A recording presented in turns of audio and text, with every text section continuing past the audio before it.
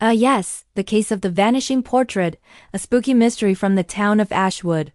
On a rainy evening, the town's only detective, the brilliant but somewhat overworked Clara Hayes, sat in her minuscule office sipping lukewarm coffee.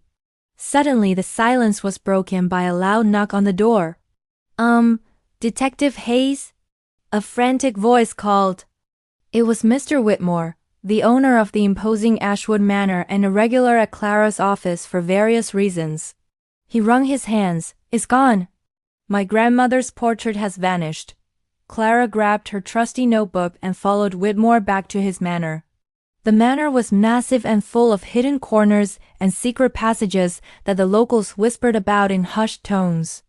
The portrait in question hung above the fireplace in the grand hall. Now, where it should have been hanging, there was nothing but an empty frame. The manor staff bustled about, placing furniture and hiding the portrait while Clara carefully examined the scene.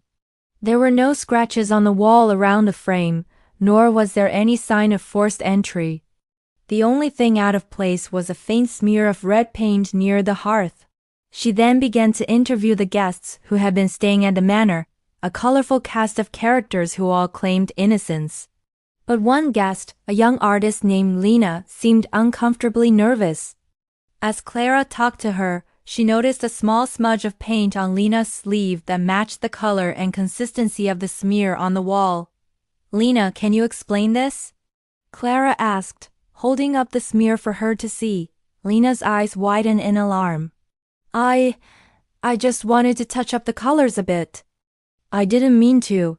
But before Lena could finish her explanation, the floorboards behind the fireplace creaked ominously, and the hidden panel slid open to reveal the missing portrait carefully stored inside. Lena blushed, realizing that her attempt to restore the faded colors had been discovered.